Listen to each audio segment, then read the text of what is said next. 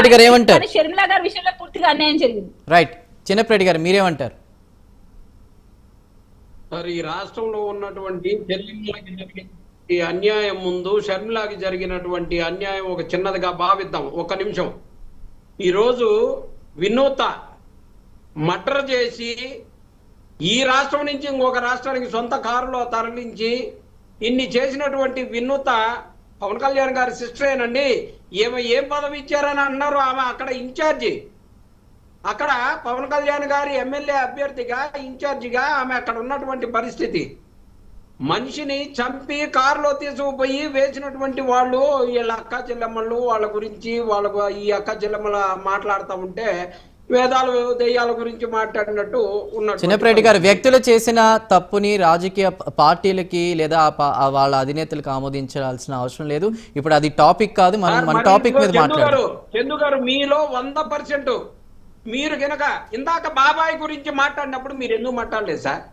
అధికారంలో ఉంది జగన్మోహన్ రెడ్డి అండి. సొంత బాబాయికి అన్యాయం జరిగినప్పుడు దానికి న్యాయం చేయాల్సినటువంటి బాధ్యత జగన్మోహన్ రెడ్డి గారికి ఉంటుంది. సరే, టాపిక్ మీద నేను మాట్లాడమంటున్నాను అంతే. అది మళ్ళీ ఇంకో అంశం, ఇంకో రోజు టాపిక్ దానికి సంబంధించి మాట్లాడదాం. మిగతా ప్యానెల్ సభ్యులు కూడా ఉన్నారు.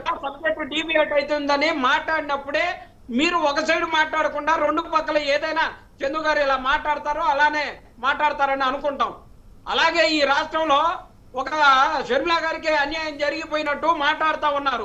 ఈ రాష్ట్రంలో అక్కా చెల్లెళ్ళకి ఇచ్చినటువంటి హామీల గురించి చంద్రబాబు నాయుడు గారు కానీ కూటమి ప్రజల నాయకులు కానీ పవన్ కళ్యాణ్ కానీ మాట్లాడేటటువంటి పరిస్థితి లేదు. ఈ రాష్ట్రంలో అక్కా చెల్లెమ్మల్ని నేను మిమ్మల్ని ఒకటే ప్రశ్న వేశాను.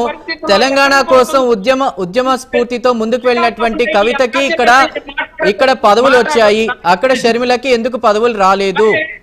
కనీసం గుర్తింపు కూడా లేదు ఎందుకు? అలాగే అర్హత ఉండి పథకాలు ఇవ్వనటువంటి వైఎస్ఆర్ కాంగ్రెస్ మీరు ఈ ప్రశ్నకి సమాధానం చెప్పలేదు. అవునన్నా కాదన్నా తెలంగాణ ఉద్యమంలో పోరాడినటువంటి కవితకి ఎంపీ పదవులు, ఎమ్మెల్సీ పదవులు వచ్చాయి, కానీ అక్కడ ఎందుకు రాలేదు? కనీసం గుర్తింపు కూడా ఎందుకు లేదు? చూడకుండా రాష్ట్రంలో అందరి మీద కూడా మహిళల మీద కేసులు పెడతా ఉన్నటువంటి పరిస్థితి. వైఎస్ఆర్ కాంగ్రెస్ పార్టీ మహిళలు ఎవరైనా సరే ఈ పథకాల గురించి అడిగితే కేసులు పెట్టడం, నిరుద్యోగ వృత్తి ఇస్తామన్నారు. మహిళలు పిల్లలు చదువుకున్నటువంటి వాళ్ళందరూ కూడా నిరుద్యోగ వృత్తి కోసం చూస్తా ఉన్నారు.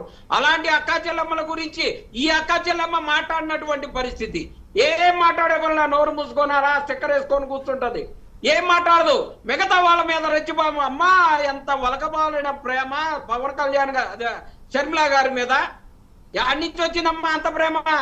ఈ రోజు మాట్లాడమంటే మాత్రం జగన్మోహన్ రెడ్డి గారి గురించి కానీ ఆ కుటుంబం గురించి మాట్లాడమంటే మాత్రం చిలక పలుకులు బలుగుతా ఉంటారు. తల్లి, ఈ రాష్ట్రంలో చాలా మంది అక్కా చెల్లెళ్ళు ఉన్నారు. వారందరికీ న్యాయం చేసే విధంగా పవన్ కళ్యాణ్ గారికి చెప్పండి. ఎందుకంటే వినూత్న మర్డర్ కేసుకు సంబంధించి పవన్ కళ్యాణ్ గారు మాట్లాడరు, రాష్ట్రంలో జరుగుతున్నటువంటి మర్డర్ల గురించి మాట్లాడరు, సస్పెండ్ చేయలేదండి, జరిగేటటువంటి రేపుల గురించి మాట్లాడరు. మళ్ళీ మాట్లాడరు.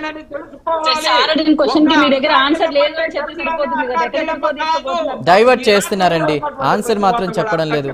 భావించాలని చెప్పేసి వైఎస్ఆర్